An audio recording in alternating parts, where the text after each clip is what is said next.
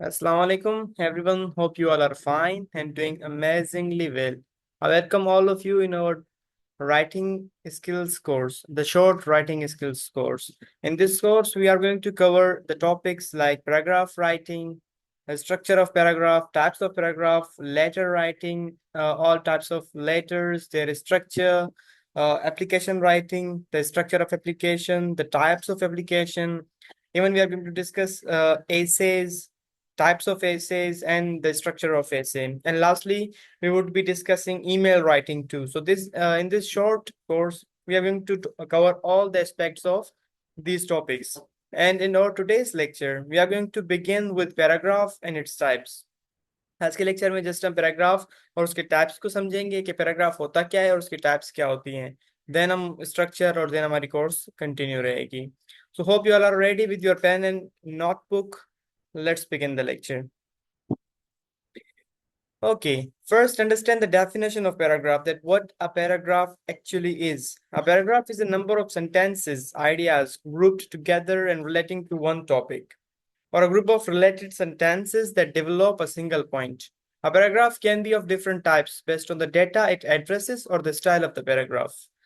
एक पैराग्राफ क्या होता है? एक पैराग्राफ कॉम्बिनेशन ऑफ सेंटेंसेस होता है, कॉम्बिनेशन ऑफ आइडियाज होता है, जो कि सारे के सारे मिलकर एक टॉपिक के तरफ इशारा कर रहे होते हैं, या एक टॉपिक को डेवलप कर रहे होते हैं, या एक टॉपिक के अबाउट इंफॉर्मेशन दे रहे होते हैं. That is what a paragraph is. ठीक है.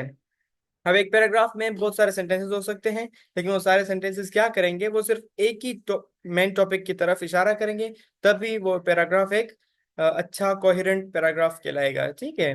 अच्छा, उसकी टाइप्स भी हो सकती हैं डिफरेंट, जिस तरह उनको हम नैरेटिव पैराग्राफ भी कह सकते हैं, डिस्क्रिप्टिव भी कह सकते हैं, एक्सपोजिटरी भी कह सकते हैं, और अदर्स भी हैं. अब पैराग्राफ समझ आ जाए, देन उसकी डेफिनेशन, देन उसकी जो टाइप्स हैं वो समझ आ जाएंगे. ठीक है. और जो पैराग्राफ्स होते हैं वो एक्चुअली में क्या होते हैं? वो डिविजन्स होते हैं. पहले तो मैं आपको बता दूं, जब हम ग्रामर कोर्स पढ़ रहे थे तब मैं आपको ये कह रहा था कि देखिए, जब हम किसी भी लैंग्वेज को पढ़ते हैं तो उसके बेसिक यूनिट्स में हमारे पास लेटर्स आते हैं, और लेटर्स का जो कॉम्बिनेशन होता है वो मिलकर क्या बनाता है? वर्ड्स. एंड वर्ड्स का जो कॉम्बिनेशन होता है वो क्या बनाता है? Phrases and clauses. और फ्रेजेस एंड क्लोजेस से सेंटेंसेस बनते हैं. अब उन्हीं सेंटेंसेस को अगर हम कंबाइन कर लें, ग्रुप्ड कर दें, तब हमारे पास क्या आता है? सामने हमारे पास पैराग्राफ आता है. और अगर इसी पैराग्राफ को हम कंबाइन कर लेते हैं तो हमारे पास क्या आता है? एक लार्ज पैसेज आ जाता है. और वो पैसेज हमारे पास ऐसे भी हो सकता है, ब्लॉग भी हो सकता है, अदर टाइप ऑफ एकेडमिक और क्रिएटिव राइटिंग का कोई भी जेनरा हो सकता है. ठीक है. लेकिन जो बताने वाली बात है वो ये है कि जो पैराग्राफ्स होते हैं वो एक्चुअली में डिविजन्स होते हैं लॉन्ग पैसेजेस के, ताकि उस लॉन्ग पैसेज को अच्छे से ऑर्गेनाइज किया जा सके, कंस्ट्रक्टिव बनाया जा सके, और एक आसान तरीके से एक मेन टॉपिक की तरफ डेवलपमेंट की जा सके. यहाँ पे लिखा भी है कि however the paragraphs are divisions in long passages that make a long passage highly constructive and organized into several factors hinting towards one main topic. Paragraph में तो एक ही टॉपिक होगी. ठीक है. अब जाहिर सी बात है, अगर पैराग्राफ लॉन्ग पैसेज में आ जाएंगे तो एक पैराग्राफ तो होगा नहीं, तीन चार पैराग्राफ होंगे. अब वो तीन चार पैराग्राफ में एक एक आइडियाज इस तरह होंगी, जो आइडियाज एक बड़ी टॉपिक की तरफ इशारा कर रही होंगी. ठीक है. मैं आपको पैराग्राफ थोड़ा सा अभी से डिटेल में इसलिए समझाने की कोशिश कर रहा हूँ, क्योंकि जब आप ऐसे लिखने में बैठते हो तब आपको डिफरेंट पैराग्राफ्स लिखने पड़ते हैं. ऐसे में नॉर्मली ऐसे में पांच पैराग्राफ्स तो चाहिए ही चाहिए होते हैं. इंट्रोडक्टरी थ्री जो होते हैं आपके पास, वो बॉडी में आ जाते हैं, जिसमें आप एग्जाम्पलिफिकेशन वगैरह दे रहे होते हो, सपोर्ट कर रहे होते हो, एंड लास्ट में जो है कंक्लूजन. तो ये पैराग्राफ्स नेसेसरी होते हैं. अब अगर आपको पैराग्राफ समझ आ जाएगा, एक पैराग्राफ कंस्ट्रक्ट करना समझ आ जाएगा, तभी आप एक बड़े ऐसे की तरफ अच्छी इंप्रूवमेंट कर पाओगे. ठीक है. तो पैराग्राफ को आप यूं समझे कि एक बेसिक यूनिट है बड़े किसी भी पैसेज के लिए, या ऐसे, चलो ऐसे के लिए हम कह देते हैं क्योंकि हमारे कोर्स में ऐसे इंक्लूडेड है. तो आप यूं समझे कि आप जो है ऐसे की प्रिपरेशन करने के लिए आप यहाँ से पैराग्राफ से बिगिनिंग कर रहे हैं. ठीक है. ओके, हमारे पास कुछ एग्जांपल्स हैं. मैंने हर टाइप ऑफ पैराग्राफ के साथ एग्जांपल्स लिखी हैं, ताकि आपको मजीद जो है वो पैराग्राफ समझ आ सके. अब एक पैराग्राफ है यहाँ पर हमारे पास स्विट्जरलैंड के अबाउट. अब इसके सामने लिखा है something interesting at every turn. ये आई गेस किसी बुक से मैंने लिया था, और ये बिगिनिंग ऑफ आर्टिकल है. कंप्लीट ये नहीं है, बट एक पैराग्राफ बहुत अच्छा है, कंस्ट्रक्टिव है, इसीलिए मैंने सोचा कि आपको इसी में से जो है एग्जांपल्स दे देता हूँ. अच्छा, अगर आप अब देखो इसको अपने और पैराग्राफ को तो ये बिगिन किस चीज से हो रहा है, ये बिगिन हो रहा है क्लेम करने से कि if you dream of travelling to a country with beautiful mountains, delicious food, wonderful places to go, sightseeing and polite people, you should visit Switzerland. अब ऊपर जो भी इसने बातें कही कि भाई अगर वो सारी चीजें आपको करनी है, देखनी है, तो आपने कहाँ जाना होगा, स्विट्जरलैंड जाना होगा। ये उसने क्लेम कर लिया है अपने इन बातों में, ठीक है, राइटर ने। अब इस क्लेम को, इस बात को प्रूव करने के लिए सपोर्टिंग आइडियाज चाहिए होंगे, एग्जाम्पल्स चाहिए होंगी, या डेटा चाहिए होगा, जिससे हमें ये पता चल सके कि हाँ भाई, स्विट्जरलैंड जो है वाकई में एक ऐसी कंट्री है जिसमें आपको ब्यूटीफुल माउंटेन्स मिल सकते हैं, डिलीशियस फूड मिल सकता है, अच्छी अच्छी जगहें मिल सकती हैं, अच्छे लोग मिल सकते हैं। ठीक है, क्योंकि ये क्लेम हो गया ना, इसको हम जब हम स्ट्रक्चर ऑफ पैराग्राफ पढ़ेंगे तब मैं आपको बताऊंगा कि किस तरह ये एक टॉपिक सेंटेंस होता है और उसके बाद आने वाले जो सेंटेंसेस होते हैं वो उसकी बॉडी में आते हैं और वो उसको फिर सपोर्ट कर रहे होते हैं। ठीक है, तो आगे देखते हैं कि हमें ये जो क्लेम किया गया है अब इसको किस तरह से प्रूव किया जाता है या किस तरह से इसको सपोर्ट किया जाता है। देन आता है कि if you look at the map, the first thing you notice is that Switzerland has many mountains, including some of the highest in Europe. Directly उसने क्या किया है, डायरेक्टली उसने एग्जाम्पल्स के साथ या एविडेंस के साथ अपनी बात को प्रूव करने की कोशिश की है कि भाई अगर आप जो है मैप उठाकर देखते हो तो स्विट्जरलैंड जो है उसमें आपको बहुत सारे माउंटेन्स मिलेंगे और उनमें कुछ ऐसे हैं कि वो यूरोप के सबसे हाईएस्ट हैं। ठीक है, अब वो क्या कर रहा है, आइडिया वही है, देखो सेंटेंसेस डिफरेंट अब आने लगेंगे नीचे, लेकिन आइडिया वही होगी जो ऊपर हमने बात की थी, स्विट्जरलैंड के अबाउट जो बात कही गई थी उसी को आगे जाके सपोर्ट किया जा रहा है और कुछ नहीं है। अच्छा, नीचे सेंटेंसेस हैं उसको देख लो कि क्लाइंबिंग और skiing down the mountains is great fun. Again वही माउंटेन्स के अबाउट बात आ रही है सारी।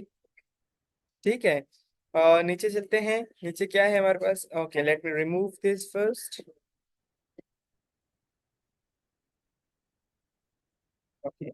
अब आगे चलते हैं, आगे हमारे पास आता है एक और सेंटेंस की another thing you will notice is that Switzerland shares its borders with 5 different countries: France, Germany, Italy, Austria, and Liechtenstein.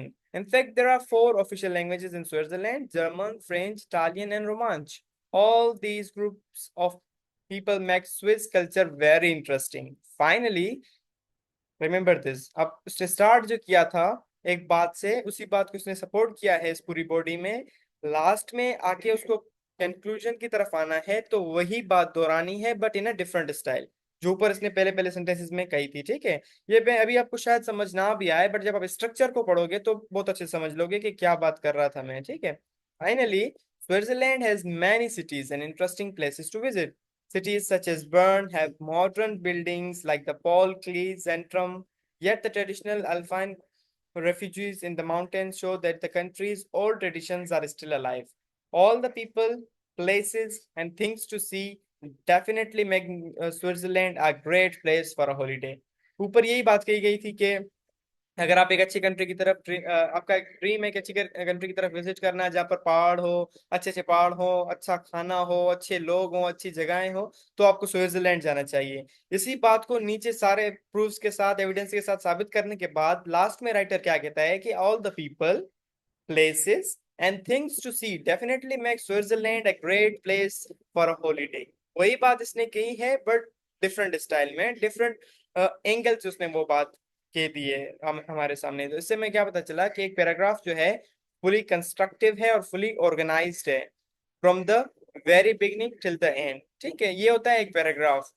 देखो इस पैराग्राफ में बहुत सारे सेंटेंसेस थे बट क्या था कि एक ही आइडिया की तरफ बात हो रही थी, वो थी कि स्विट्जरलैंड के अबाउट, और स्विट्जरलैंड के अबाउट भी क्या कि उसके लोगों के अबाउट, उसके कल्चर के अबाउट, उसके खानों के अबाउट, उसकी पहाड़ों के अबाउट, उसकी जगहों के अबाउट, उसकी सेटिंग के अबाउट। ठीक है, तो ये होता है एक पैराग्राफ जो जर्नल वे में मैंने आपको जस्ट समझाया है। अब हम इसकी टाइप समझेंगे, स्ट्रक्चर जब हम पढ़ेंगे तब आप खुद भी इसी तरह का एक वेल ऑर्गेनाइज्ड और वेल मैनर्ड पैराग्राफ लिखने के काबिल हो जाएंगे। अच्छा, अगर स्ट्रक्चर के अबाउट में जस्ट जर्नल बता दूं फिर हम टाइप्स के बाद स्ट्रक्चर दोबारा पढ़ लेंगे। तो स्ट्रक्चर में हमारे पास 3 चीजें आती हैं: द इंट्रोडक्टरी सेंटेंस जिसको हम टॉपिक सेंटेंस भी कहते हैं, द बॉडी जिसके अंदर हमारे पास सपोर्टिंग आइडियाज और एग्जांपल्स होती हैं, और लास्ट में कंक्लूसिव सेंटेंस या जिसको हम समराइजिंग पॉइंट भी कहते हैं। तो एक पैराग्राफ कितना भी बड़ा हो, कितना भी लेंथी हो, उसमें ये तीन चीजें आपको मिलनी ही मिलनी है। एक होगा टॉपिक सेंटेंस जिसमें आपकी डायरेक्ट टॉपिक नरेट होगी। दूसरा होगा आपका बॉडी जिसमें आप उसी टॉपिक के अबाउट आइडियाज दे रहे होंगे, एग्जांपल्स दे रहे होंगे, प्रूफ्स दे रहे होंगे, एविडेंसेस दे रहे होंगे। थर्ड में जब आप कंक्लूड करने पर आओगे तो उसी बात को कंक्लूसिव लाइन में भी दे दोगे। अब अगर इस पैराग्राफ की मैं बात करूं, ऊपर हमने स्विट्जरलैंड की बात की थी कि स्विट्जरलैंड में ये जगहें हो सकती हैं।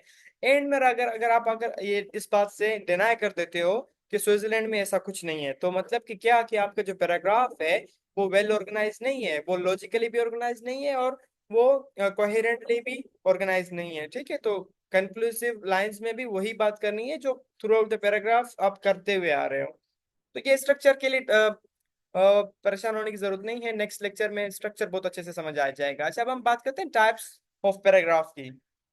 अब टाइप्स ऑफ पैराग्राफ डिफरेंट है। हमारे लेक्चर में हम 6 को डिस्कस करेंगे जो बहुत इंपॉर्टेंट होती हैं, मेन होती हैं, हर जगह हमें इन्हीं का जिक्र मिलता है। एक हमारे पास डिस्क्रिप्टिव पैराग्राफ है, नैरेटिव पैराग्राफ है, एक्सपोजिटरी पैराग्राफ है, पर्सुएसिव पैराग्राफ है, कंपेयर एंड कंट्रास्ट पैराग्राफ है, and lastly problem solving paragraph है। Now let's understand what actually they are and why they are divided into several types, and why they are called the types of paragraph. If I tell you the reason, there can be three reasons. Firstly, the data that is addressed. एक paragraph दूसरे paragraph से किस तरह different होता है, उसकी तीन reasons है। फर्स्ट, द डेटा जो उसके अंदर मौजूद है। The language that is use, जो जबान उसके अंदर मौजूद हुई है। जबान से मतलब के किस तरह की जबान, ठीक है, फॉर्मल है, इनफॉर्मल है, नरेशन है, डिस्क्रिप्शन है, किस तरह, वो आगे मजीद आपको समझ आ जाएगा। And the way of expression, कि लिखने का एक्सप्रेशन, लिखने का स्टाइल क्या है, खुद को एक्सप्रेस करने का तरीका क्या है। ये तीन चीजें जो हैं वो डिटरमाइन करती हैं कि एक पैराग्राफ की टाइप क्या है। जब कभी आपके पास एक पैराग्राफ सामने आ जाएगा, पहले आप ये टाइप्स सारी पढ़ लेना। जब आप टाइप्स सारी पढ़ने लग जाओ, देन पढ़ने के बाद आपके पास सामने आ जाए पैराग्राफ्स आ जाएंगे, तब आपने खुद से तीन क्वेश्चन करने हैं कि what the data that is addressed in the paragraph, how the language is used, and what is the way of expression in that paragraph. By asking these three questions, you can surely be come to know at a conclusion that एक paragraph किस type का है, किस kind का है, ठीक है। Now let's begin from the very first type of paragraph, that is descriptive paragraph. ये word से समझ आ जाना चाहिए कि the descriptive paragraph is the one that develops a picture. एक ऐसा पैराग्राफ होता है जिसमें इस तरह के सेंटेंसेस कंस्ट्रक्ट किए जाते हैं कि जो उस चीज के बारे में लिखा होता है उस चीज की एक पिक्चर, एक मेंटल पिक्चर बन जाती है किसी भी रीडर के जहन में। और उसमें इस तरह के आइडियाज होते हैं जो आपके सेंसेस को अपील करता है, जो आपके सेंसेस को एक्टिव करता है। यानी कि आप उस, लिटरली अगर मैं कहूँ तो एक चीज, जिस चीज के बारे में पैराग्राफ लिखा गया है वो उस चीज की एक पूरी पिक्चर आपके माइंड में बनने लगती है, और आप उस चीज को पूरा विजुअलाइज कर सकते हो, पूरा देख सकते हो अपने इमेजिनेशन में। तो उसको कहते हैं डिस्क्रिप्टिव पैराग्राफ। अब ये क्या कर रहा होता है, ये एक्चुअली में डिस्क्रिप्शन कर रहा होता है पर्सन की, प्लेस की, थिंग की, इवेंट की, या किसी आइडिया की। मतलब क्या कि अगर वो एक पर्सन के अबाउट पैराग्राफ है तो उसमें इस तरह की डिटेल्स होंगी, इस तरह की डिटेल्स होंगी कि eight the end of the paragraph आपके माइंड में किसी एक शख्स, जिस शख्स के बारे में पैराग्राफ लिखा गया था, उसकी एक पूरी मेंटल पिक्चर बन जाएगी। इसे कहते हैं डिस्क्रिप्टिव पैराग्राफ। एग्जाम्पल देख लो, मजीद समझ आ जाएगी। अब एग्जाम्पल हमारे पास है एक पैराग्राफ जो अगेन मैंने किसी बुक से ली है। बुक से मैंने इसीलिए मोस्टली डेटा लिया है ताकि जो है आपको बहुत ही क्वालिटी वाला मटेरियल सामने आए और चीजें अच्छे से समझ आए। पैराग्राफ देख लो। When I was young I admired my grandmother for her strength and kindness. अब हमें ये पता चला है पहली लाइन से कि हम जो पैराग्राफ पढ़ने वाले हैं वो किसी की ग्रैंड मदर के बारे में पढ़ने वाले हैं। अब उसकी ग्रैंड मदर कैसी है, उसकी ग्रैंड मदर के जो है वो काइंड है, वो पावरफुल है, उसके पास स्ट्रेंथ है। अब हम आगे पढ़ेंगे कि किस तरह उसके पास जो है ये सारी चीजें हैं और किस तरह उसकी पिक्चर हमारे माइंड में बन रही होगी, आहिस्ता आहिस्ता पिक्चर जो है डेवलप हो रही होगी। She was not very big. अब एक लाइन आगे कि वो बहुत बड़ी नहीं थी। हम से कह सकते हैं कि शायद वो उसकी फिजिकल के बारे में बात कर रहा हो कि जिस्मानी तौर पर शायद वो इतनी बड़ी नहीं थी। In fact she was tiny and very thin. Yes, दूसरे ही लाइन में उसने बता दिया कि बिल्कुल वो जो है हकीकत में वो जो है एक पतली किस्म की एक मतलब कि नॉर्मल बॉडी ऑफ ह्यूमन जिस तरह होती है उस तरह की एक औरत थी। शी वॉज स्ट्रोंग तो, लेकिन वो स्ट्रोंग थी, ठीक है, मतलब कि अब मेंटल में पिक्चर हमारी बिल्टअप हो रही है। पहले हमने इसके बारे में एडजेक्टिव्स देखे हैं, स्ट्रेंथ देखी है, काइंडनेस देखी है, फिर हमें पता चला कि वो बहुत बड़ी नहीं है, वो एक नॉर्मल पतली किस्म की औरत है। She lived bye herself and still did a lot of the chores around her house. मतलब आप आपके माइंड में एक पिक्चर बन रही होगी कि वो एक इस तरह की औरत है जो अपने घर के काम सारे खुद करती है, और मतलब किसी पर भी डिपेंडेबल नहीं होती, और एक स्ट्रॉन्ग तरह की वुमेन है। When I was a child, I saw her almost every day, and she and I would talk about everything. She was a very happy person, and she always is, and was always smiling and joking. अब again हमें पता चला कि वो एक खुश इखलाक औरत थी, और उसने मजीद हमें बताया कि हमेशा वो हंसती और मुस्कुराती रहती थी, जोक्स वगैरह करती रहती थी। अब हमारे माइंड में वो पिक्चर बनती जा रही है, उस पूरी जो ग्रैंड मदर का कॉन्सेप्ट इसने बताने की कोशिश की, हमारे माइंड में क्रिएट होता जा रहा है। अब अगर एक बात यहाँ पे मैं आपको एक्स्ट्रा बता दूं, तो सपोज कि इसी तरह की कोई शख्स, कोई औरत या कोई भी आपके लाइफ में होगा, तो आप उससे खुद भी रिलेट कर पा रहे होंगे। आपके माइंड में उस एक शख्स की पिक्चर बन रही होगी जिसको आप जानते हो, ठीक है। And she often made me laugh. My grandmother was also very patient and she would listen to all of my problems. She gave me very good advice whenever I needed it. I did not need to be afraid to tell her anything because she never got annoyed with me. She just listened and tried to help. I also liked to spend time with her because she had interesting stories to tell me about her own childhood and life experiences. When I was young, my grandmother was my best friend.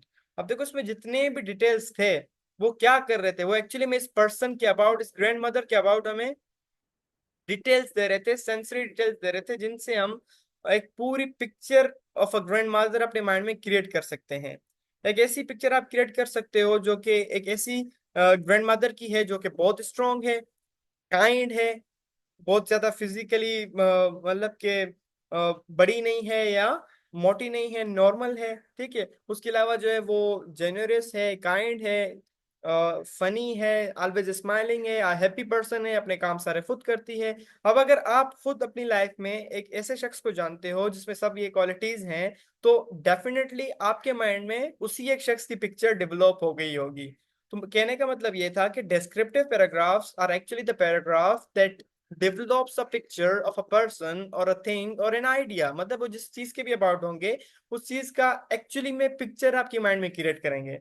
Now, do one thing in your activities when you start writing paragraphs। आपने अपने mind में ये चीज रखना है कि अगर आप डिस्क्रिप्टिव पैराग्राफ लिख रहे हैं, so it is your job that you should use words and sentences and ideas that can develop a picture of something or someone in someone's mind। someone मतलब कि जो रीड कर रहा होगा आपके पैराग्राफ को। सपोज कि आप मुझे टास्क भेज देते हैं किसी भी पैराग्राफ को लिखकर, तो डिस्क्रिप्टिव पैराग्राफ लिखकर, तो मेरे माइंड में उस डिस्क्रिप्टिव पैराग्राफ की पिक्चर होनी चाहिए। अच्छा, यहाँ पर एक बात मैं और भी बता दूं, किसी और this course is only about writing skills. हम इसमें ग्रामर को डिस्कस बिल्कुल भी नहीं करने वाले, बिकॉज ग्रामर की कोर्स जो है हम ऑलरेडी कंप्लीट कर चुके हैं। अब जिसने ग्रामर की कोर्स नहीं ली थी, श्योरली अगर उसको ग्रामर आता होगा तो इट्स वेल एंड गुड, अगर नहीं आता होगा तो उसके लिए बहुत भी प्रॉब्लमेटिक हो जाएगी, क्योंकि जब तक आपकी ग्रामर सही नहीं होगी आप पैराग्राफ लिख नहीं पाओगे। आप आइडियाज होंगे आपके पास बहुत सारे, आपके पास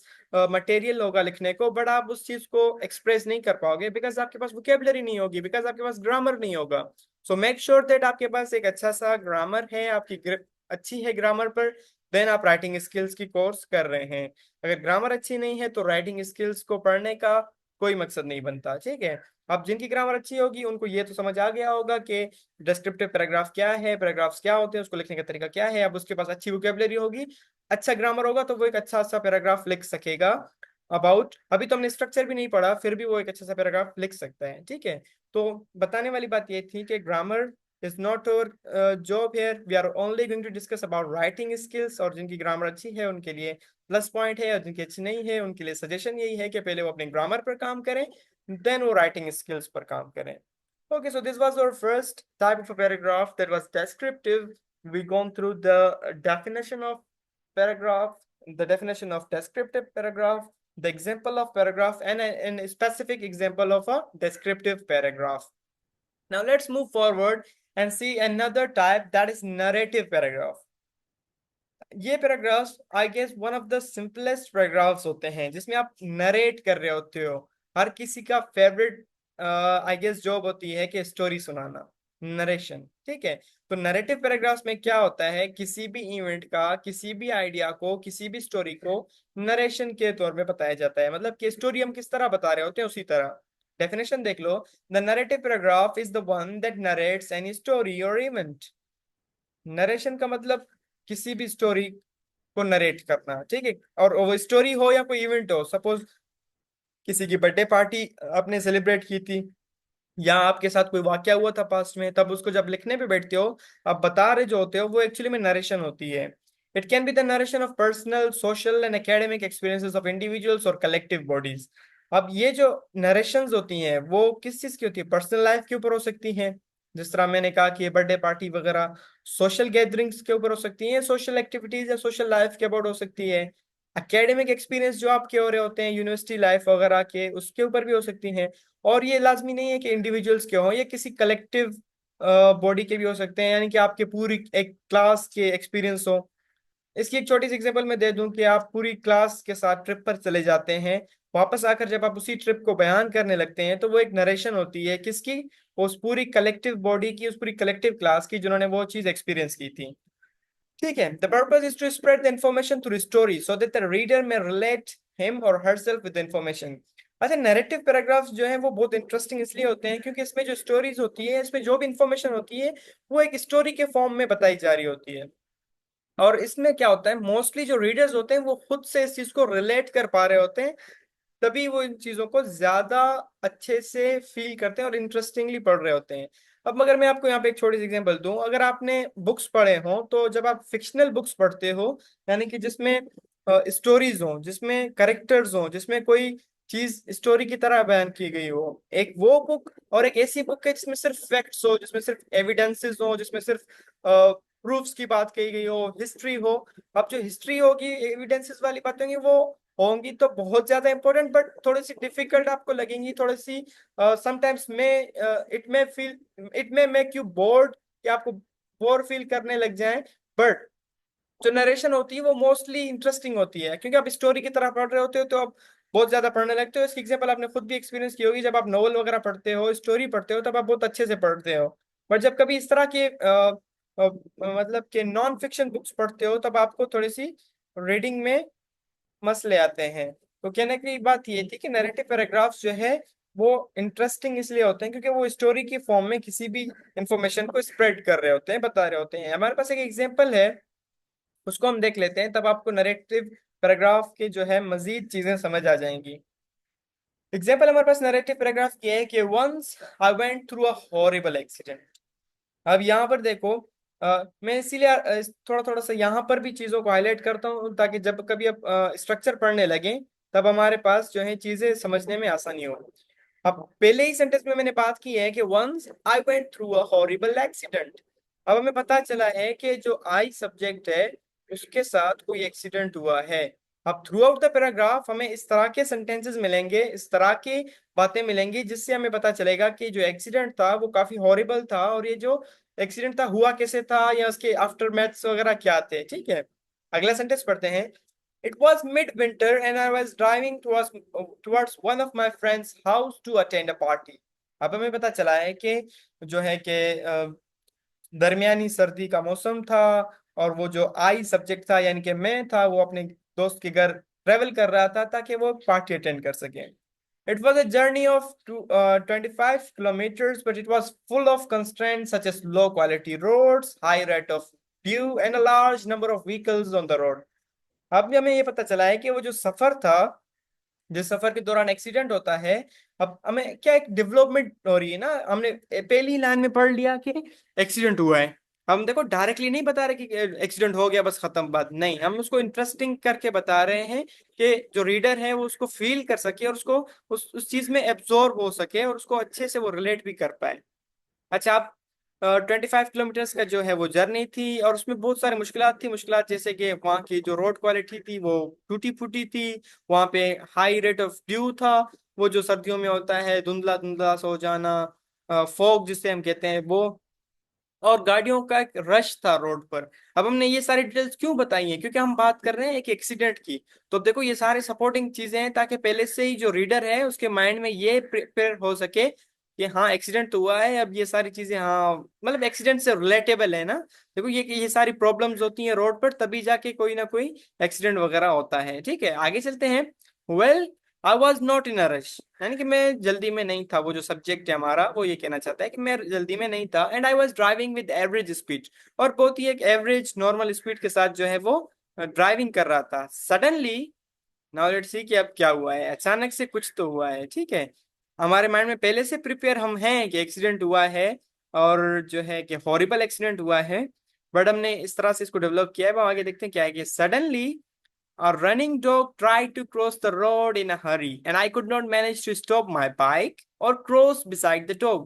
अचानक से जो है कुत्ता स्पीड में या जल्दी में दौड़ता हुआ रोड क्रॉस करने की कोशिश करता है, और मैं जो है अपनी बाइक स्टॉप या ब्रेक नहीं कर पाता, या उस डॉग के साइड से नहीं गुजर पाता। ठीक है, अब क्या होता है कंसिक्वेंटली, अब इसका रिजल्ट कि ये सब चीजें नहीं हो सकी, तो इसका रिजल्ट क्या है। Consequently I fell down on the road and sustained many injuries including a damage skull and scratched face. अब ये एक वेल ऑर्गेनाइज्ड पैराग्राफ है। ठीक है, इसीलिए बहुत शॉर्ट और अच्छे लाइंस में सारी डिटेल्स हमारे पास मौजूद हैं। आप जब लिखने बैठोगे तो शायद आपका पैराग्राफ इस तरह ना हो एट फर्स्ट अटेम्प्ट, आपके सेंटेंसेस बहुत लॉन्ग हो, आपको थोड़ी सी डिफिकल्टीज आए अपने आइडिया बताने में। But don't worry, it will only be better after practice, practice and practice. ठीक है, अच्छा आगे आगे देख लेते हैं कि इसके साथ क्या हुआ था। जब गिर गया तो गिरने के बाद जो है उसको काफी इंजरीज आई। उन इंजरीज में हमारे पास वो जो ब्रेन के ऊपर की हड्डी होती है उसको हम स्कल कहते हैं आई गेस ना, साइंटिफिक नेम है उसका। तो जो स्कल था वो डैमेज हो चुका था, और जिसके फेस थे उसके ऊपर स्क्रैचेस वगैरह आ चुके थे। This was one of the worst experiences I have ever had in my entire life. Last जो सेंटेंस हुआ है वो भी इसी बात पे हुआ है कि जो एक्सपीरियंस था वो बहुत ही खराब था उसकी लाइफ का। अब वो एक्सपीरियंस क्या था, थ्रू आउट द पैराग्राफ हम पढ़ते हुए आए हैं, और at the beginning of the paragraph ये हमने बात की थी कि आई went through a horrible accident. देख रहे हो मतलब पूरे पैराग्राफ में किस तरह से एक ही चीज को एक वेल ऑर्गेनाइज्ड मैनर में डिस्कस किया गया था। और वो बात क्या थी, वो आइडिया क्या था, वो था एक नरेशन करना किस चीज के अबाउट, एक एक्सीडेंट के अबाउट। ठीक है, और एक्सीडेंट भी हुआ था किसके साथ, आई के साथ। एक चीज मजीद अगर आपने नोट की हो, अगर आपका ग्रामर ग्रिप बहुत अच्छी है तो आपको ये चीज समझ आई होगी कि देखो स्टार्ट में जब हमने टेंस जो है यूज करना स्टार्ट किया था तो हमने पास्ट टेंस यूज किया था।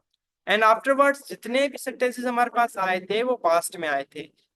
रिसेंटली मैंने कुछ पैराग्राफ्स रीड किए थे कुछ स्टूडेंट्स के, उसमें ये था कि एक जगह पर उन्होंने हाँ कुछ टॉपिक इस तरह थे कि ट्रिप टू खरड़ी या ट्रिप टू कुंड मलिर, इस तरह कुछ पैराग्राफ्स मैंने रीड किए थे।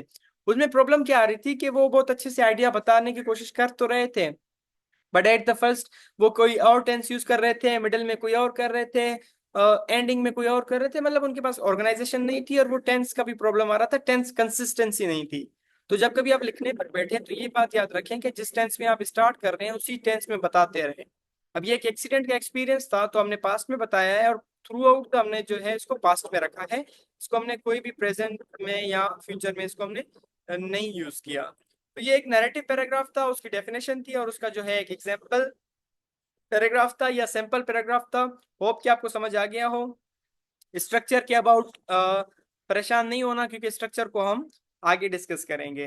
अब हम चलते हैं अपने नेक्स्ट पैराग्राफ की तरफ, जो कि हमारे पास है एक्सपोजिटरी पैराग्राफ। अच्छा दूसरी बात ये बता दूं, जो नैरेटिव पैराग्राफ होते हैं वो कॉम्पिटिटिव एग्जाम्स में बहुत कम आते हैं। आपको वहां पर ज्यादातर मिलेंगे डेस्क्रिप्टिव पैराग्राफ्स, या ये एक्सपोजिटरी या कंपेयर एंड कंट्रास्ट या प्रॉब्लम सॉल्विंग या कॉज एंड इफेक्ट वाले पैराग्राफ आपको मिलेंगे। ठीक है, नैरेटिव भी आ जाते हैं बट रेयरली, बहुत ही कम आते हैं। अच्छा हम बात करते हैं एक्सपोजिटरी पैराग्राफ की। एक एक्सपोजिटरी पैराग्राफ क्या होता है। An expository paragraph is a type of writing that aims to inform, explain, or describe a specific point. It presents factual information, often using examples and providing definitions to help the reader understand a subject better. The main goal of an expository paragraph is to provide a detailed explanation or insight without presenting the writer's personal opinions or arguments. Expository paragraph में आप simply एक topic को expose कर रहे होते हो। Expose से मतलब कि उसके अबाउट, उसके डायमेंशंस के अबाउट सारी इंफॉर्मेशन दे रहे होते हो। उसमें आप एग्जांपल्स दे रहे होते हो, उसमें आप डेफिनेशंस दे रहे होते हो, ताकि जो रीडर है वो जो रीड कर रहा है टॉपिक को, उस टॉपिक के अबाउट उसको सारी इंफॉर्मेशन मिल जाए।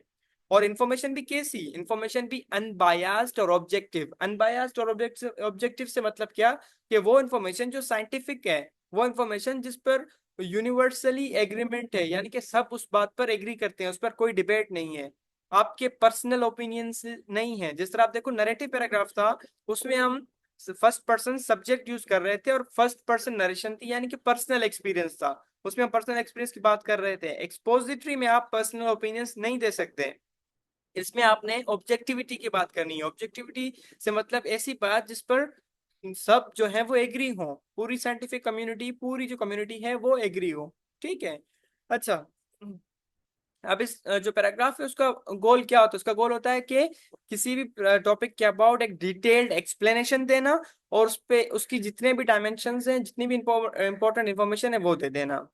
अब जब भी हम कोई टॉपिक लिखने बैठते हैं और अगर वो हमारे पास ऐसे है और उसको हम एक्सपोजिटरी पैराग्राफ लिखने की कोशिश करेंगे, तब हमारे जितने भी पैराग्राफ्स वहां पर मौजूद होंगे, उसमें हर पैराग्राफ में कोई ना कोई एक आइडिया जो है वो हम एक्सपोज करते चलेंगे, कोई ना कोई हम जो है टॉपिक को हम डिस्कस करते चलेंगे with all it's examples, definitions and objective details.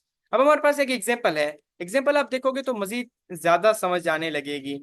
Example हमारे पास एक पैराग्राफ है जिसमें हमने लिखा है रिन्यूएबल एनर्जी सोर्सेज के अबाउट। अगर आप साइंस के स्टूडेंट हैं या अगर कभी आपने इसके अबाउट सुना है तो आपको इस चीज का अंदाजा होगा कि रिन्यूएबल एनर्जी सोर्सेज क्या होते हैं। एक्चुअली हमारे पास दो सोर्सेज ऑफ एनर्जी होती है, एक हमारे पास रिन्यूएबल है और एक हमारे पास नॉन रिन्यूएबल है। रिन्यूएबल को आप कह सकते हो कि ये नेचुरल होते हैं और ये बहुत ही लार्जर अमाउंट में मौजूद होते हैं, और ये बहुत ही मतलब फ्रेंडली होते हैं फॉर द इन्वायरमेंट। जैसे कि हमारे पास सोलर आ जाता है, यानी कि सन पावर आ जाता है, विंड आ जाता है, हाइड्रो पावर आ जाता है। ये हमारे पास सारे क्या हैं, ये हमारे पास रिन्यूएबल एनर्जी सोर्सेज है जिनसे हम एनर्जी क्रिएट कर सकते हैं by using the sunlight, the sun heat actually, the wind and the water. ये हमारे पास नेचुरली मौजूद होते हैं बहुत ही लार्ज अमाउंट में, जो कि इन्वायरमेंट के लिए भी फ्रेंडली होते हैं। अच्छा, हम अपने पैराग्राफ की तरफ आते हैं कि पैराग्राफ क्या कह रहा है। पैराग्राफ कह रहा है जी कि renewable energy sources such as solar, wind and hydropower are essential in combating climate change। हमने यहाँ पर एक क्लेम कर लिया है कि जो रिन्यूएबल एनर्जी सोर्सेज होते हैं, जो कि हमारे पास होते हैं, सोलर होता है, विंड होता है, हाइड्रो पावर होता है, वो बहुत ही इंपॉर्टेंट होते हैं किस चीज के लिए, to fight against climate, climate change से लड़ने के लिए। ठीक है, यानी कि क्लाइमेट चेंज के जो डिजास्टर्स होते हैं उनको कम करने के लिए renewable energy sources important role play करते हैं। लेट्स सी कि हमने ये क्लेम कर दिया है, अब हम हमारे पास क्या प्रूफ्स हैं या क्या डिटेल्स हैं जो इस बात को मजीद डेवलप करते हैं। अनलाइक फॉसिल फ्यूल्स, अनलाइक, ठीक है, यानी कि इन जैसा नहीं, यानी कि इनके हम अगेंस्ट बात कर रहे हैं, इनके हम कंट्रास्ट में बात कर रहे हैं। फॉसिल फ्यूल जो कि हमारे पास नॉन रिन्यूएबल एनर्जी सोर्सेज आता है। ठीक है, renewable energy sources do not emit green house gases that contribute to global warming. अब हमने ये बात की है कि ये जो फॉसिल फ्यूल्स हैं जो कि एक्चुअली में नॉन रिन्यूएबल होते हैं, वो क्या करते हैं, वो ग्रीन हाउस गैस को इमिट करते हैं, बल्कि जो हम बात कर रहे हैं वो रिन्यूएबल एनर्जी सोर्सेज की बात कर रहे हैं जो कि हमारे पास ग्रीन हाउस गैस इमिट नहीं करते।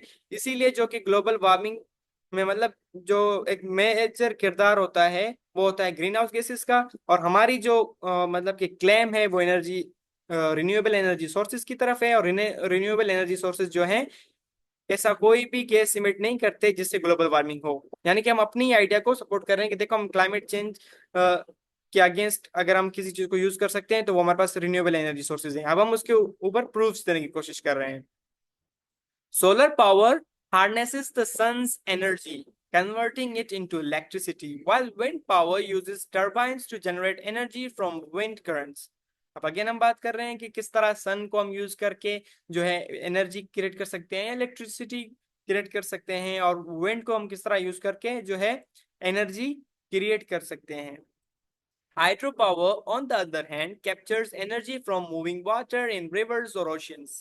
अगेन हमने हाइड्रो पावर की भी बात कर दी, जो तीन हमारे पास मेजर रिन्यूएबल एनर्जी सोर्सेज हैं, जिसमें हमारे पास सन आ जाता है, जिसमें हमारे पास एयर आ जाती है या विंड आ जाती है या वाटर आ जाता है। उन तीनों के अबाउट हमने जो है इंफॉर्मेशन यहाँ पर दे दी है। एक एक लाइन में ही हमने उसको प्रूव कर लिया है कि ये तीन चीजें जो है हमारे पास होती हैं, और ये इंपॉर्टेंट होती हैं किस लिए, कि इन्वायरमेंटल डैमेज को कम किया जा सके, क्लाइमेट चेंज के साथ कॉम्बैट किया जा सके या फाइट बैक की जा सके। ठीक है, आगे हम क्या कहते हैं, आगे हम कहते हैं कि by utilizing these clean energy alternatives we can reduce our reliance on non renewable sources and promote a sustainable future.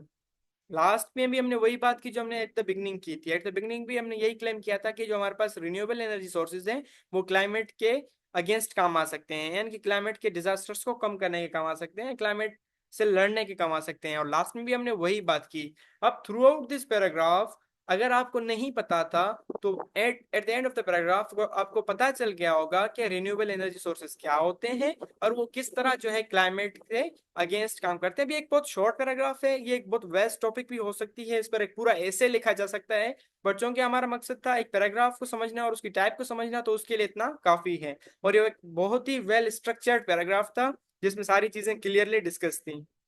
और एक बात ये थी कि हमने बात किया था कि एक्सपोजिटरी पैराग्राफ में हम ऑब्जेक्टिव की बात करते हैं, ऑब्जेक्टिविटी की बात करते हैं। अब इस पूरे पैराग्राफ में जितने भी डिटेल्स थे उस पर कोई भी डिबेट नहीं है। आप चले जाएं दुनिया के किसी भी कोने में, चाहे वो अफ्रीका हो, चाहे वो अमेरिका हो, चाहे वो यूरोप का कोई भी कंट्री हो, चाहे वो एशिया हो, जहां पर चले जाएंगे ये क्लेम कर देंगे कि रिन्यूएबल एनर्जी सोर्सेज जो है वो इन्वायरमेंटल फ्रेंडली होती हैं as compare to non renewable energy sources. तो इस बात को कोई भी डिनाई नहीं करेगा। कोई एक शख्स भी ऐसा नहीं होगा कि वो ये कहे कि जो सन से आप एनर्जी क्रिएट कर रहे हो या जो सनलाइट से आप जो है इलेक्ट्रिसिटी क्रिएट कर रहे हो वो हार्मफुल है as compare to the energy that you are creating with the help of fossil fuels.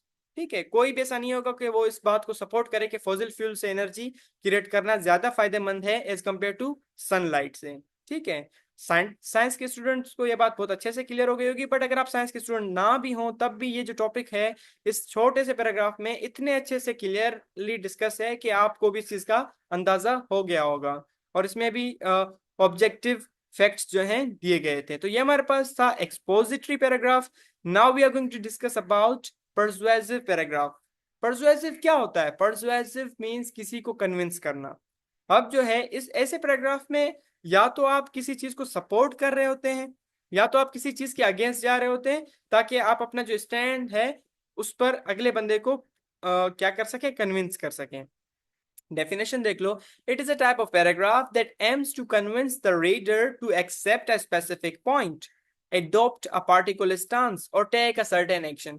आप अपने पैराग्राफ से, आप अपने राइटिंग से एक स्पेसिफिक पॉइंट को एक्सेप्ट करवाना चाहते हैं एक किसी रीडर से। सपोज कि आप राइटर हैं और मैं रीडर हूं, आप एक पैराग्राफ लिखते हैं और वो ऐसा पैराग्राफ है जो किसी एक ऐसी टॉपिक पर है जिस पर आप चाहते हैं कि मैं एग्री हो जाऊं, शायद कि मैं एग्री ना हूं। ठीक है, आप मुझे कन्विंस करना चाह रहे हैं। दूसरी बात, आप एक पर्टिकुलर स्टांस लेना चाहते हैं उस अबाउट। एक मैं बात कर देता हूँ कि जो सिगरेट स्मोकिंग है वो जो है हार्मफुल है। अब मैं नॉट फ्रेंकली टॉकिंग एक जनरल एग्जांपल दे रहा हूँ कि suppose I support cigarette smoking, सही है। देन आप एक पैराग्राफ लिख रहे हो कि cigarette smoking is harmful for human health. अब आपका स्टांस क्या है कि सिगरेट स्मोकिंग हार्मफुल है, मेरा स्टांस शायद वो नहीं है। और आप देन आप एक ऐसा पैराग्राफ लिखोगे कि उस चीज को प्रूव करोगे और मुझे कन्विंस करोगे कि नहीं भाई मैं जो है गलत था और अब मुझे जो है अपना स्टैंड चेंज करना है। या आप मुझे किसी एक्शन की तरफ भी जो है कन्विंस कर सकते हो। ठीक है, आप जिस तरह एक पैराग्राफ की एग्जांपल लेते हैं कि हमने एक पैराग्राफ लिखना है एक पूरी कम्युनिटी के लिए, ताकि वो जो पूरी कम्युनिटी है वो सीरियस हो सके और इन्वायरमेंटल इश्यूज को सीरियसली ले सके और उन पर काम कर सके। तब हमने क्या करना है, तब हमने ऐसी बातें लिखनी है जिनसे हम सामने वाले बंदों को कन्विंस कर सके किसी एक्शन को लेने में। किसी एक्शन से मुराद क्या, कि हम कुछ ऐसे बातें कहेंगे कि भाई दरख्त लगाना अच्छा है, दरख्त की कटाई के खिलाफ काम करना अच्छा है, और उसको बहुत अच्छे से हमने जो है सामने वाले रीडर को कन्विंस करना है, ताकि जो रीडर है वो एक्शंस लेने पर खुद ही मजबूर हो जाए और वो एक्शंस ले ले। आप ट्रस्ट में, आपको ऐसे ऐसे पैराग्राफ सॉरी ऐसे ऐसे आर्टिकल्स आपको मिलेंगे, मोस्टली इन्वायरमेंट के अबाउट मैं बात कर रहा हूँ, क्योंकि इसके ऊपर मतलब आप रीड करता रहता हूँ मैं, तो आपको पता चलेगा कि किस तरह जो है सर्टेन ऑर्गेनाइजेशंस होती हैं, किस तरह जो है एनजीओज होते हैं, वो अपने राइटिंग्स के थ्रू, अपने जो है मैसेजेस के थ्रू हमें जो है किसी भी एक्शन की तरफ कन्विंस कर रहे होते हैं, ठीक है। अच्छा, अब क्या होता है, this type of paragraph uses logical reasoning, emotional appeal and concrete evidence such as facts, statistics, examples और expert opinions to support the argument. The most obvious purpose is to convince a reader. उसमें हर वो तरह की बात की जाती है जिससे वो अब सामने वाले रीडर को कन्विंस कर सके। अगेन हम इसकी एग्जांपल डिस्कस करेंगे, तब हमें जो है चीजें ज्यादा समझ आएंगी। अब इसमें हम पूरे परसुएसिव पैराग्राफ में हम उसमें लॉजिकल रीजनिंग यूज करते हैं, इमोशनल अपील यूज करते हैं। समटाइम्स इस तरह होता है कि हम पर्सनली किसी को हिट करके उसको एग्री करवाना चाहते हैं किसी बात पे, और ये सारी चीजें काम आती हैं जब आप किसी को कन्विंस करने लगते हैं तब, ठीक है। और उसमें बहुत ही कंक्रीट एविडेंस होता है। कंक्रीट एविडेंस मतलब कि बहुत स्ट्रॉन्ग एविडेंस होता है, फैक्ट्स होते हैं, स्टैटिक्स होते हैं, जिनको पढ़ने के बाद कोई भी ये कोई भी आपकी बात को जो है वो डिनाई नहीं कर पाता और आपकी बात पर एग्री हो जाता है। अब हम देखते हैं कि परसुएसिव पैराग्राफ हमने नीचे लिखा है, उसमें हमने किस बात पर रीडर्स को जो है वो कन्विंस करने की कोशिश की है। हमारे पास एक पैराग्राफ है कि उसके हम पहला सेंटेंस पढ़ेंगे, तब हमें जो है उसका पता चलेगा कि वो पैराग्राफ किस अबाउट है, क्योंकि पहला सेंटेंस ही हमारा क्या होता है, टॉपिक सेंटेंस होता है, जिसमें हमारी टॉपिक डिस्कस होती है, जो कि हम स्ट्रक्चर में पढ़ने वाले हैं। Schools should adopt a 4 day school week to improve student well-being and academic performance। Yes, हमने जो एक क्लेम कर लिया है, हमने जो एक पोजीशन ले ली है, हमने जो एक स्टैंस ले लिया है कि जो स्कूल्स हैं उनकी जो वीकली रूटीन है वो 4 दिन की होनी चाहिए। 4 दिन से मतलब कि सपोज मंडे टू फ्राइडे तक आपकी एकेडमी होनी चाहिए, देन वीकेंड होना चाहिए, सैटरडे एंड संडे ऑफ होना चाहिए, ताकि जो है स्टूडेंट्स की वेल बीइंग को और एकेडमिक परफॉर्मेंस को इम्प्रूव किया जा सके, या उनकी बेहतरी पर काम किया जा सके, या उनको बेहतर किया जा सके। अब ये हमने क्लेम कर लिया, अब हमने कन्विंस करना है। सपोज कि हम ये लिख रहे हैं किसी भी एजुकेशनल बॉडी को, जो ये डिसाइड कर सकते हैं, जिनके पास ये अथॉरिटी है कि वो ये डिसाइड कर सकें कि स्कूल का जो है स्केड्यूल चेंज करके वीकली वो 4 दिन को रख दें, बाकी 2 दिन ऑफ कर लें, 4 दिन या 5 दिन रख लें, बाकी दिन ऑफ कर लें। तो अपने अभी किस तरह इस चीज को प्रूव करना है उसको हम आगे देखेंगे, या किस तरह सामने वाले को कन्विंस करना है उसको हम आगे देखते हैं। स्टडीज हैव शोन, देखो डायरेक्टली हम किस चीज पर आ रहे हैं, डायरेक्टली हम प्रूफ्स पर आ रहे हैं, और ऐसे स्ट्रॉन्ग स्ट्रॉन्ग प्रूफ्स पर आ रहे हैं ताकि सामने वाला हमारी बात को डिनाई ना कर सके।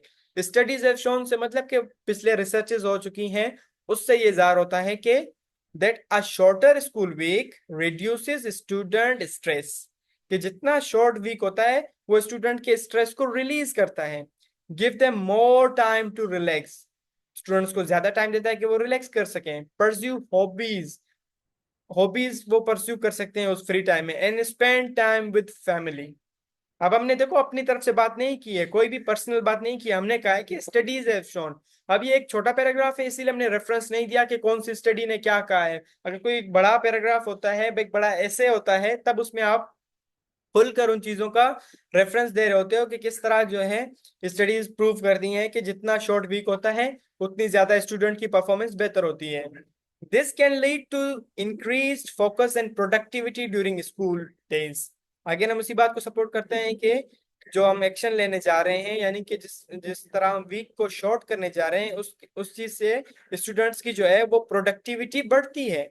एडिशनली अ 4 day, अब मजीद हम एडिशनल इंफॉर्मेशन दे रहे हैं, एडिशनल जो है हम पॉइंट्स दे रहे हैं अपने आइडिया को सपोर्ट करने के लिए, ताकि जो रीडर है हमारा वो इस बात से कन्विंस हो सके जो बात हम करना चाह रहे हैं। और वो बात क्या है कि स्टूडेंट्स का जो स्केड्यूल वीक है, स्कूल वीक है, उसको शॉर्ट किया जा सके। Week would save schools money on operational costs like electricity, transportation, and maintenance, which could be redirected toward better educational resources. By making this change, schools can promote a healthier, more balanced lifestyle for students while also optimizing their budgets. अब हमने सिर्फ students की बेहतरी की बात नहीं की है, हमने ऐसे भी पॉइंट्स यहाँ पर मेंशन किए हैं जिससे वो जो एजुकेशन रिसोर्सेज हैं वो भी बेहतर हो सके, और वो जो बजट्स हैं उनको भी बेहतर तरीके से यूटिलाइज किया जा सके। यानी कि हमने हर लाइन में एक ऐसी बात करने की कोशिश की है कि हमारा जो सामने वाला लिसनर है या रीडर है वो इस बात से कन्विंस हो जाए जो बात हम कर रहे हैं। और वो हम क्या कर रहे थे हम वो ये कर रहे थे कि हमारे जो स्कूल का जो ड्यूरेशन होना चाहिए, जो एकेडमिक ड्यूरेशन होना चाहिए, वो जो वीक का होता है वो 4 डे का होना चाहिए। यानी कि मंडे होना चाहिए, मंडे से 4 दिन होना चाहिए, बाकी के जो दिन बचते हैं वो ऑफ होने चाहिए। ये हमारा एक स्टेंस था, एक जस्ट जनरल एग्जाम्पल है, ठीक है। आप किसी भी टॉपिक पर लिख सकते हैं जिस टॉपिक पर आपको लगे कि सामने वाले को आप कन्विंस करना चाह रहे हो। तो परसुएसिव पैराग्राफ्स इस तरह होते हैं, उसमें आप आइडियाज को इस तरह से जॉट डाउन करते हो, इस तरह से राइट डाउन करते हो कि आप सामने वालों को कन्विंस कर सको किसी भी पॉइंट के लिए, ठीक है। तो हमारे पास फोर्थ टाइप ऑफ जो पैराग्राफ थी वो ये थी परसुएसिव। नाउ हाँ, जब हम मूव कर रहे हैं वो हमारे पास फिफ्थ टाइप ऑफ पैराग्राफ है जो कि जिसको हमने नाम दिया है compare and contrast paragraph. Compare and contrast paragraph में सिंपली आप दो चीजों को डिस्कस कर रहे हो, तो जिसमें आप दो चीजों के अबाउट डिफरेंसेस बता रहे होते हो और सिमिलरिटीज बता रहे होते हो।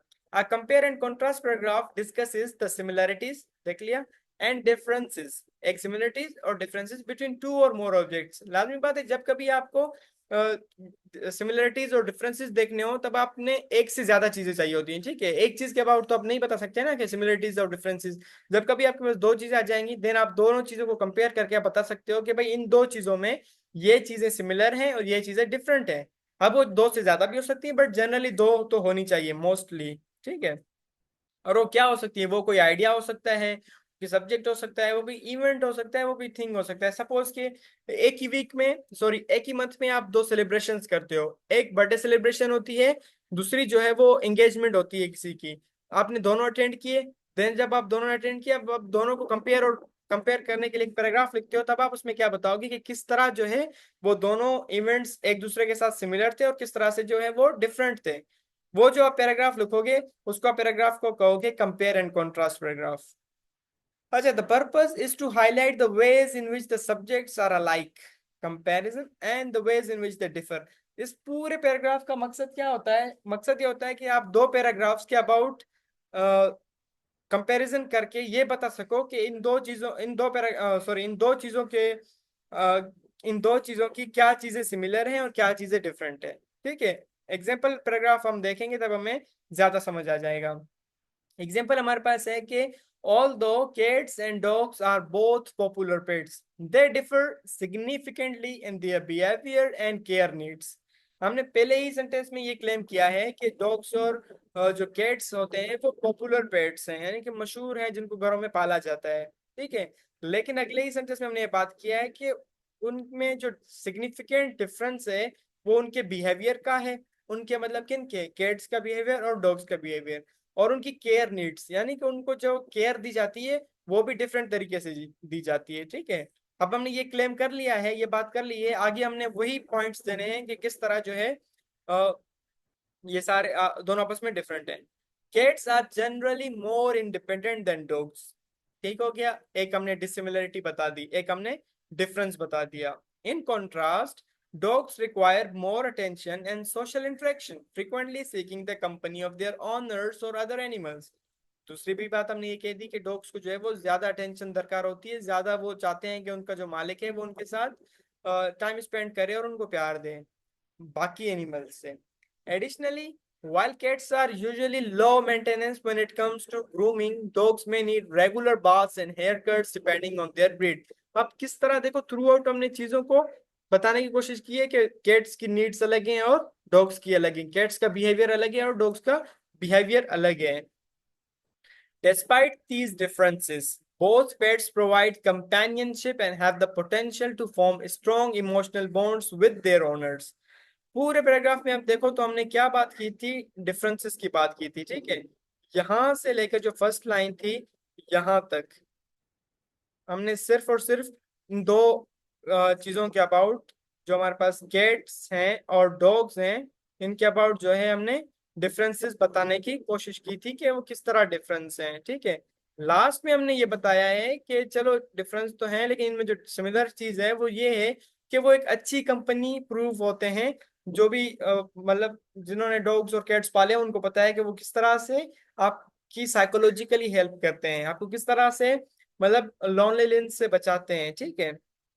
अच्छा, वो किस तरह से आपके साथ एक इमोशनल बॉन्ड क्रिएट हो जाता है उनका। और लास्ट में हमने यही बात की कि ये दोनों जो है एक अच्छी कंपनी प्रोवाइड कर सकते हैं आपको, यानी कि सिमिलर चीज बता दी, ठीक है। अब अगेन ये पैराग्राफ था, शॉर्ट था, इसीलिए ज्यादा चीज इसमें नहीं है, बट समझाने वाली बात ये है कि इस तरह होता है एक पैराग्राफ जिसमें जो है आप कंपेयर एंड कंट्रास्ट कर सकते हो। अच्छा, लास्ट जो हमारे पास चीज रह जाती है, लास्ट टाइप ऑफ पैराग्राफ जो हमारे पास रह जाता है, वो है प्रॉब्लम सॉल्विंग पैराग्राफ। नाम से ही जाहिर है कि इसमें कोई प्रॉब्लम होगी जिसको हमने सॉल्व करना होगा एट द एंड। अच्छा, इसकी डेफिनेशन देख लो। इसकी डेफिनेशन हमारे पास है कि it is a paragraph that identifies a specific point, problem, and then okay, let me highlight this first. Yeah. It's a paragraph that identifies a specific problem and then provides one or two more or more solutions to address it. यानी एक तो ये problem बता देगा, कोई भी एक specific problem बता देगा, देन ट्राई करेगा कि एट द एंड उसी प्रॉब्लम का कोई ना कोई सोल्यूशन सजेस्ट कर दे। This type of paragraph typically begins with a clear statement of the problem, followed by a discussion of possible solutions, their advantages and disadvantages, and sometimes a call to action. The goal is to persuade the reader that the proposed solutions are practical and achievable. Simple वही बात है कि आप जो है at the beginning of the paragraph एक problem दे दोगे, आप उसी प्रॉब्लम को आपने एड्रेस करने के लिए क्या दोगे, आप सिंपली सॉल्यूशंस दोगे और उस रीडर को इस चीज पर कन्विंस करने की कोशिश करोगे कि जो प्रॉब्लम ऊपर दी गई है उसके ये पॉसिबल सॉल्यूशंस हो सकते हैं, ठीक है। एक एग्जांपल सेंटेंस जो है, सॉरी एग्जांपल पैराग्राफ जो हमने दिया गया है उसको हम देख लेते हैं, तब हमें चीजें मजीद जो है क्लियर लगने लगेंगी। अच्छा, अब हमने समझा है कि हमारा जो पैराग्राफ होगा उसमें प्रॉब्लम होगी, साथ में उसकी सोल्यूशन भी होगी। अब हम देखते हैं कि हमारे पास क्या प्रॉब्लम है और क्या सोल्यूशन है जो पैराग्राफ हमारे सामने आया है। अच्छा, plastic pollution is a growing environmental crisis that affects oceans, wildlife and human health. Again जो हमारे पास पैराग्राफ आया है वो इन्वायरमेंट से रिलेटेड है और उसमें जो प्रॉब्लम हमारे सामने आई है वो आई है प्लास्टिक पोल्यूशन की। और इस प्लास्टिक पोल्यूशन से क्या होता है, इन्वायरमेंटल क्राइसिस होते हैं जिसकी वजह से जो है ओशियंस अफेक्ट हो रहे हैं, वाइल्ड लाइफ अफेक्ट हो रही है और ह्यूमन हेल्थ इफेक्ट हो रही है। अब ये हमारे पास प्रॉब्लम है, ठीक है। डायरेक्टली जो पहला सेंटेंस था उसी में हमने प्रॉब्लम को डिस्कस कर लिया है। अब सपोज कि एक बहुत बड़ा ऐसे होता तो हम प्रॉब्लम्स को भी अच्छी तरह से डिस्कस करते, क्लियरली डिस्कस करते, देन उनके सॉल्यूशंस भी क्लियरली बताते। बट अगर जब हमने पैराग्राफ लिखना है तो जाहिर सी बात है पैराग्राफ तो शॉर्ट होता है, तो उसमें आपने डायरेक्टली जो है अपनी प्रॉब्लम बता के उसके डायरेक्टली सॉल्यूशन से स्टार्ट कर देने हैं, ठीक है। डिपेंड करता है कि आपको आपसे क्या मांगा गया है, क्या आपसे एक सिंपल पैराग्राफ मांगा गया है या क्या आपसे एक बहुत बड़ा पैसेज मांगा गया है, ठीक है। और समटाइम्स इस तरह होता है कि आपको अक्सर रिक्वायरमेंट भी दी जाती है कि आपने पैराग्राफ तो लिखना है बट इतने वर्ड्स का लिखना है, तो उस चीज को भी अपने माइंड में रख कर लिखना होता है, ठीक है। और पैराग्राफ्स अगर मोस्टली डिमांड करते भी हैं तो 250 और 300 वर्ड्स के डिमांड करते हैं। अगर उससे ज्यादा तो फिर कोई ऐसे ही मांग लिया जाता है 500 वर्ड्स का या मजीद वर्ड्स का, ठीक है। तो हम जो पैराग्राफ लिख रहे हैं तो जाहिर सी बात है वो एक शॉर्ट होगा तो उसको हम उसी स्टाइल में लिखेंगे। अच्छा, हमारे पास जो पैराग्राफ है वो पोल्यूशन के अबाउट है, प्लास्टिक पोल्यूशन के अबाउट है। अब हम देखते हैं कि इसके हम सोल्यूशंस किस तरह देख सकते हैं। अच्छा, सोल्यूशंस के उसके लिए हमारे पास आया है कि टू एड्रेस दिस इशू, ठीक है, to address this issue one effective solution. Directly हम बताना चाह रहे हैं कि वो जो सोल्यूशन है वो क्या है। One effective solution is to implement stricter regulations on single use plastics, ठीक है। डायरेक्टली हमने एक सोल्यूशन बता दिया, हमने बताया है कि सिंगल यूज प्लास्टिक्स को जो है वो उनके लिए जो है स्ट्रिक्ट रूल्स या पॉलिसीज होनी चाहिए। Governments could enforce bans on plastic bags. अब हमने उसी आइडिया को डेवलप कर रहे हैं, उसी सोल्यूशन को डेवलप कर रहे हैं, ठीक है। जो गवर्नमेंट है उसको ये करना चाहिए कि प्लास्टिक बैग्स के लिए प्लास्टिक बैग्स को बैन करना चाहिए एंड स्ट्रॉज जो होते हैं प्लास्टिक्स के उनको भी, while encouraging the use of eco-friendly alternatives like cloth bags and metal straws। ये फिनोमेना अगर आप एनवायरमेंट से रिलेटेड चीजों को देखते आ रहे हैं तो आपको पता होगा कि किस तरह से दुनिया में आजकल ये चीजें डिस्कस हो रही हैं और प्लास्टिक के यूज को कम से कम किया जा रहा है और उसके जो अल्टरनेटिव्स हैं जो इको फ्रेंडली है जिसमें क्लॉथ बैग्स को लाया जा रहा है, अगर आपने चीजें नहीं पता आपको, तो ये सस्टेनेबल डेवलपमेंट की तरफ आप चले जाएं, उन चीज को रीड करना लग जाए तो आपको ये सारी चीजें पता चल जाएंगी, ठीक है। और क्लॉथ बैग्स जो है उनको यूज करना की कोशिश की जाती है। मेटल स्ट्रॉस, यानी कि जो ऐसे स्ट्रॉस जो मेटल से बने हो ताकि उनको दोबारा से यूज किया जा सके। अब देखो प्लास्टिक के स्ट्रॉस होते हैं जो जूसेस के साथ आपको मिल जाते हैं, या जो जब आप शेक ले रहे होते तब मिल जाते हैं, अब आप उसको यूज कर लेते हो फेंक देते हो। और प्लास्टिक इतना डेंजरस होता है कि उसका लाइफ सर्कल बहुत जाता है, वो कभी भी खत्म नहीं होता, वो आपकी अर्थ पर मौजूद होता है और डिफरेंट तरीके से वो हार्म कर रहा होता है, ठीक है।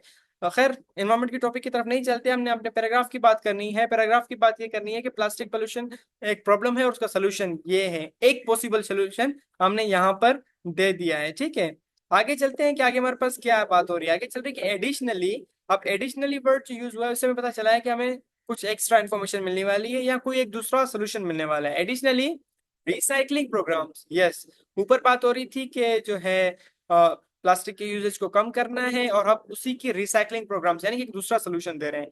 रिसाइकलिंग प्रोग्राम्स बेसिकली इस तरह होता है कि एक प्लास्टिक को आपने यूज कर लिया है तो उसको दोबारा से रिसाइकल करके दोबारा से एक न्यू प्रोडक्ट में किस तरह लाया जाता है, उसको रिसाइकलिंग प्रोग्राम्स कहते हैं, ठीक है। Additionally recycling programs should be expanded and made more accessible, incentivizing people to properly dispose of plastic waste, educating the people on the, अब ये थर्ड चीज आ गई। दूसरा सोल्यूशन हमने ये भी बता दिया कि रिसाइकलिंग प्रोग्राम जो है ये भी हमें हेल्प कर सकते हैं हमारी जो मेन प्रॉब्लम थी प्लास्टिक पोल्यूशन उसको कंट्रोल करने में, ठीक है। आगे हमारे पास बात हो रही है कि educating the public on the environmental impact of plastic pollution can also foster more sustainable consumption habits. Last में हमने थर्ड सोल्यूशन भी दे दिया है कि लोगों को एजुकेट करना भी बेहतर होता है प्लास्टिक पोल्यूशन के खिलाफ काम करने में, या जो है उसको सस्टेनेबल कंजप्शन की तरफ लोगों को लाने में। तो ये हमारे पास एक पैराग्राफ था, compare sorry problem solving paragraph paragraph जिसमें हमने पहले प्रॉब्लम दी है, देन उसको सॉल्व करने के लिए 2 से 3 सॉल्यूशंस प्रोवाइड कर दिए हैं। क्योंकि हमारे पास ये एक पैराग्राफ था इसीलिए ये शॉर्ट था, और इसी पैराग्राफ में हमने चीजों को डिस्कस कर लिया है। अब याद रखो इन्हीं पैराग्राफ की टाइप्स पर एसेज मौजूद होते हैं, यानी कि यही जो पैराग्राफ टाइप्स हैं इन्हीं को एक्सपेंड करके ऐसे लिखा जाता है, ठीक है। डिस्क्रिप्टिव ऐसे सेम यही चीज होगी। अगेन जब हम उसका पढ़ने लगेंगे, जब हम ऐसे पढ़ने लगेंगे तब भी हम यही बातें करेंगे, बट डिफरेंस जो होगा वो उसके स्ट्रक्चर में होगा। जरा सी बात है, पैराग्राफ छोटा है तो उसका स्ट्रक्चर अलग है, और जो ऐसे है उसका स्ट्रक्चर अलग है, ठीक है। वो स्ट्रक्चर हम अलग से पढ़ लेंगे दोनों का तो मजीद चीजें हमारी क्लियर हो जाएंगी। So this was all about our today's lecture. We have discussed paragraph, its types, and also we have gone through some sample paragraphs. Hope so कि आपको समझ आ गई हो चीजें, और जो नेक्स्ट लेक्चर है उसमें हम स्ट्रक्चर ऑफ पैराग्राफ को डिस्कस करने वाले हैं अच्छे से।